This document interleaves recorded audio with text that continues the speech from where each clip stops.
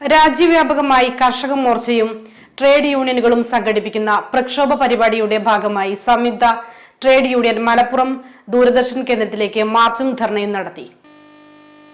കർഷകർക്ക് ഉൽപാദന ചെലവിന്റെ 2 മടങ്ങും അതിന്റെ 50% ചേർത്ത് വില നിശ്ചയിച്ച് കർഷകരെ സംരക്ഷിക്കുക, കാർഷിക ഇടങ്ങൾ എഴുത്തള്ളുക, എല്ലാ വിഭാഗം താഴെത്തട്ടിലുള്ള തൊഴിലാളികൾക്കും മിനിമം കൂലി മാസം 26,000 പ്രഖ്യാപിക്കുക, തൊഴിലാളി വിരുദ്ധ ലേബർ കോഡുകൾ പിൻവലിക്കുക, അടിസ്ഥാന മേഖലയുടെയും പൊതുമേഖലയുടെയും സ്വകാര്യവൽക്കരണം ഉപേക്ഷിക്കുക, എല്ലാ ജനവിഭാഗങ്ങൾക്കും സാമൂഹ്യ സുരക്ഷയും സാമൂഹ്യ പെൻഷനും ഉറപ്പിക്കുക, ഭാരതീയ ന്യായ സംഹിതയിലെ 104 വകുപ്പ് റദ്ദാക്കുക തുടങ്ങിയ ആവശ്യങ്ങൾ ഉന്നയിച്ചാണ് ട്രേഡ് യൂണിയൻ സംയുക്ത സമിതി മലപ്പുറം ജില്ലാ committee chairman V P Firoz അധ്യക്ഷനായിരുന്നു.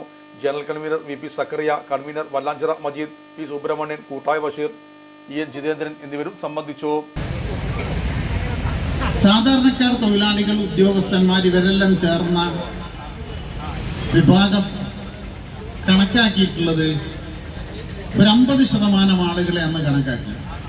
സമൂഹത്തിലെ 50% ആളുകൾ അവരുടെ കയ്യിൽ അന്നുള്ള സമ്പത്ത് ആകെ സമ്പത്തിന്റെ 9%.